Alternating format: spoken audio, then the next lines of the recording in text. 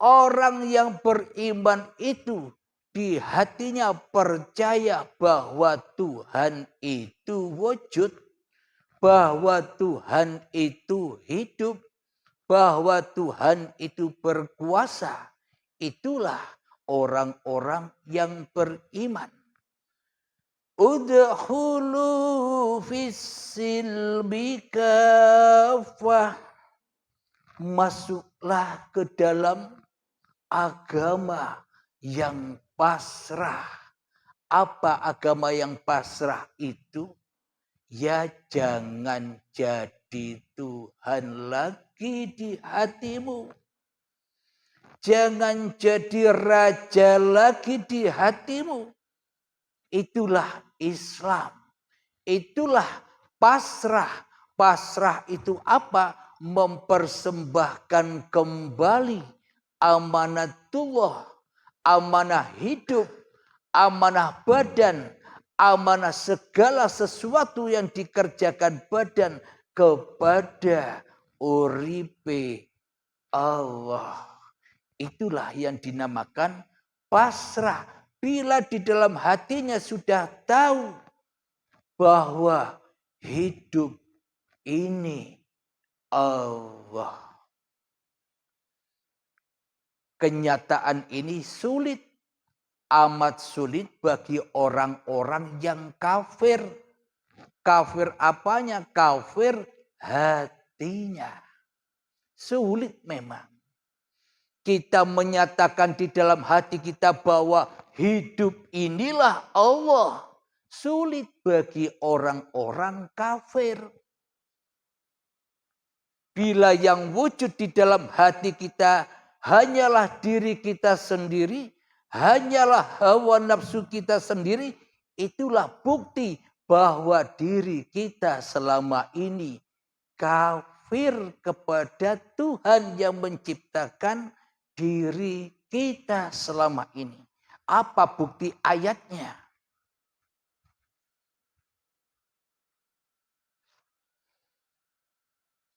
Bismillahirrahmanirrahim.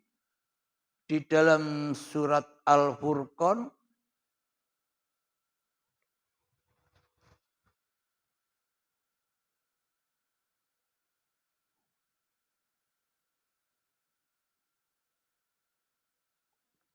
ayat yang ke-26. Bismillahirrahmanirrahim. Al-mulku yawma idzinil haqqu lirrahman.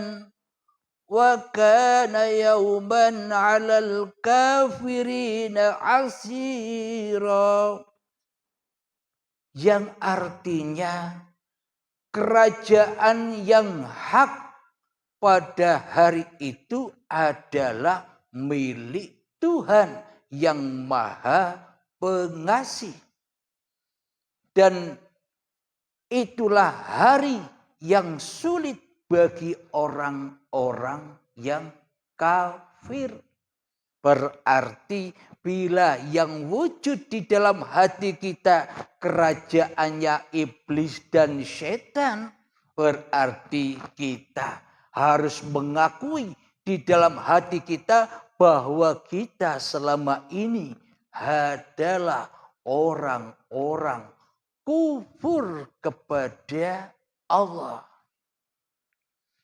Namun bagi hamba yang sudah mengaplikasikan kerajaan di dalam hati kita ini adalah kerajaan Sang Maha Pencipta. Allahu la ilaha illa huwal hayyul qayyum. Allah, tiada Tuhan yang berhak disembah. Dialah hidup yang kekal lagi terus menerus menghidupi makhluknya. Jadi siapa Allah itu? Allah itu adalah hidup yang selama ini kita akui sebagai hidup manusia kita. Itulah Allah. Berhubung kita ini kufur, tidak mau mempersembahkan bahwa hidup dan badan ini hanyalah milik Allah, maka dari itu kita selama ini takkan pernah bertuhan kecuali mentuhankan diri kita sendiri di hati kita. Bila kita mentuhankan diri kita sendiri di hati kita, berarti sholat yang selama ini kita lakukan, ibadah yang selama ini kita lakukan, zikiran yang selama ini kita lakukan, sholawatan yang selama ini kita lakukan, itu larinya kemana? Kepada Allah atau kepada hawa nafsu yang mengaku-akui dirinya lah yang berbuat. Berarti selama ini sholat, ibadah, dan kebaikan yang kita lakukan hanyalah untuk pemuas hawa nafsu kita sendiri di hati kita selama ini. Berarti sudah terbakar semua. Jadi kita sudah tahu sekarang bahwa ibadah dan sholat kita dan apapun yang kita lakukan sudah kita ketahui diterima atau ditolak di sisi Allah. Kita sudah tahu sekarang. Tidak usah nunggu nanti. Kalau kita nunggu nanti, ya kesasar terus. Jadi kita sudah tahu dan bisa menimbang-nimbang, menghisap amal-amal kita sendiri selama ini. Berarti bila ingin sholat dan ibadah kita sampai kepada Allah, maka jadikanlah Allah sebagai Tuhanmu di hatimu daripada engkau mentuhankan dirimu sendiri di hatimu. Alhamdulillahirabbil alamin. Inna salati wa nusuki wa mahyaya wa mamati lillahi rabbil alamin. Sesungguhnya sholatku, ibadah-ibadahku, bahkan hidup dan matiku hanyalah milik Allah semata. Berarti bila hidup saja kita tak punya, apakah mungkin kita menjadi Tuhan di dalam hati kita selama ini? Coba kita renungkan bersama. Alhamdulillahirabbil alamin. Di sini tiada aliran-aliran apapun. Di sini hanyalah paparan-paparan yang memurnikan kembali, yang menjernihkan kembali ajaran-ajaran Sang Pencipta lewat kekasihnya Nabi Muhammad sallallahu alaihi wasallam. Hanya untuk memurnikan Islam yang hak. Murninya hati, sucinya hati yang tak jadi Tuhan seperti hatinya para nabi dan hatinya para rasul. Muhammad, bukan kamu yang melempar, tapi aku yang melempar. Inilah bukti bahwa Muhammad sudah berada di dalam posisi hakikat diri sejati manusianya yang tak ada. Bila kita mengakui umatnya sebagai umat Muhammad, Maka hati kita haruslah demikian juga. Bila hati kita tidak mentauhidkan Allah, namun hati kita selalu mentauhidkan hawa nafsu kita sendiri di hati kita, mana mungkin kita jadi golongan Muhammad. Akan tetapi kita menjadi golongan al-kafirun yang mentuhankan hawa nafsunya sendiri di hatinya. Ini babakan hati. Karena yang dinilai oleh Allah itu hatinya, bukan amal-amalnya. Biarpun amalnya banyak, ilmunya tinggi sekalipun, bila hatinya tidak seperti hatinya para nabi dan rasul, hatinya tidak mentauhidkan Allah, tapi mentauhidkan hawa nafsunya, seluruh amal dan ilmunya itu tak akan bermanfaat baginya, malah menjadi siksa dan siksa baginya, menjadi azab yang pedih baginya. Alhamdulillahirabbil alamin. Jadi untuk menuju hijrah kepada Allah, lepaskanlah ilmu-ilmumu. Untuk hijrah kepada Allah, lepaskanlah amal-amalmu.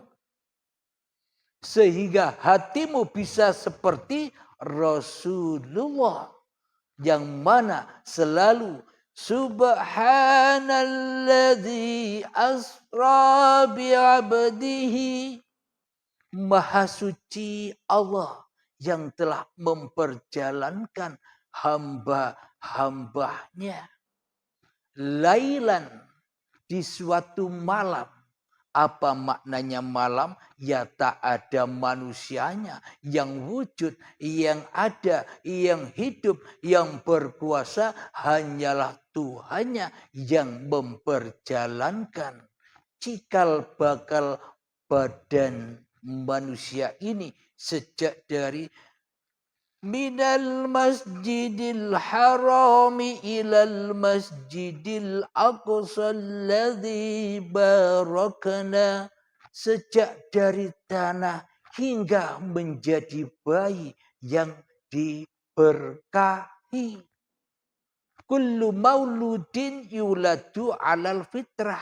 Seluruh bayi yang terlahir itu dalam keadaan suci bersih dari pengakuan manusianya. Untuk apa kita dihadirkan? Untuk apa kita diwujudkan? Untuk apa kita diciptakan ke dunia ini? Haulahu linuriyahu min ayatina, supaya engkau dapat menyaksikan ayat-ayatku, atau supaya kau bisa menyaksikan aku sebagai Tuhan yang menciptakan kamu. Itulah tujuan Allah menciptakan seluruh manusia.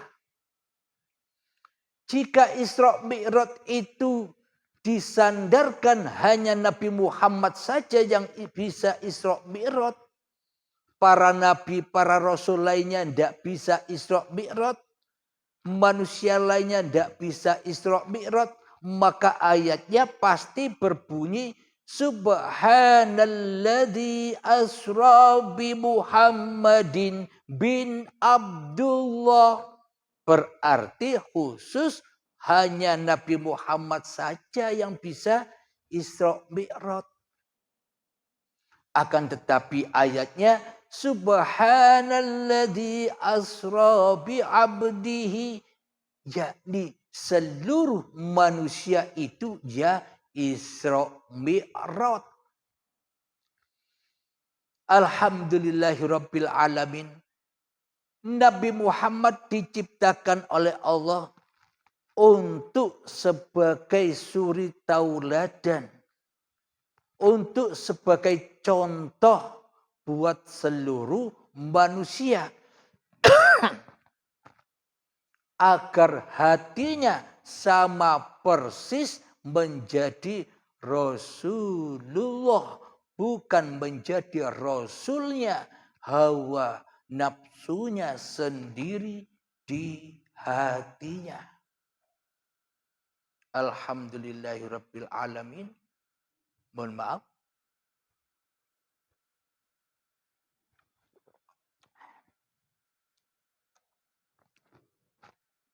Alhamdulillahirabbil alamin.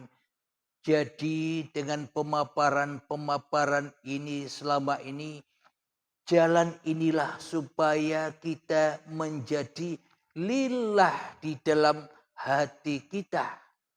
Hidup dililahkan, badan dililahkan, otomatis semua amal yang dikerjakan serta seluruh aktivitasnya pasti di dalam lillahi ta'ala.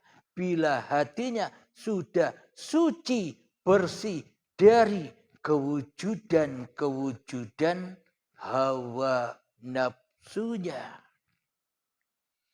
Alhamdulillahirabbil alamin. Semoga saya khususnya dan semoga kita semua dimudahkan oleh Allah di dalam berbenah hijrah ini kepada Allah.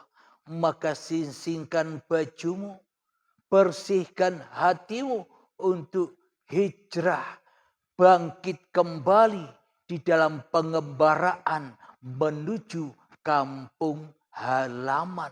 Jangan terlena di dalam pengembaraan saja. Jangan terlena minum-minum di dalam singgah-singgah di antara pengembaraan kita. Lekas bangun, hijrahlah ke kampung asal kejadianmu yang tak ada, yang gaib, yang tak wujud. Maka setelah itu nyatalah Tuhan yang berkuasa dan yang menghidupi diri kita. Semoga saya dan semoga kita semua dipahamkan dengan pemaparan-pemaparan ini. Amin ya rabbal alamin. Sebelum kita akhiri pengajian yang singkat ini, marilah kita gemahkan sholawat dolimin daf'ul bala. Semoga hati kita tidak zalim lagi kepada Allah. Allahumma salli ala sayyidina Muhammad وأشغل الظالمين بالظالمين اللهم صل على سيدنا محمد وأشغل الظالمين بالظالمين وأخرجنا من بينهم سالمين وعلى آله وصحبه أجمعين بسم الله الرحمن الرحيم اللهم يا قاضي الحاجات اللهم يا مجيب الدعوات اللهم يا رافع الدرجات اللهم يا محل المشكلات اللهم يا شافي الأمراض اللهم يا كافي المهمات اللهم يا دافع البليات اللهم اختم لنا بالإيمان اللهم اختم لنا بالإسلام بجاه سيد المرسلين ربنا آتنا في الدنيا حسنة وفي الآخرة حسنة وقنا عذاب النار Wa sallallahu ala sayyidina Muhammad wa ala alihi wa sahbihi wasallam. Walhamdulillahi rabbil alamin. Akhiru kalam. Assalamualaikum warahmatullahi wabarakatuh.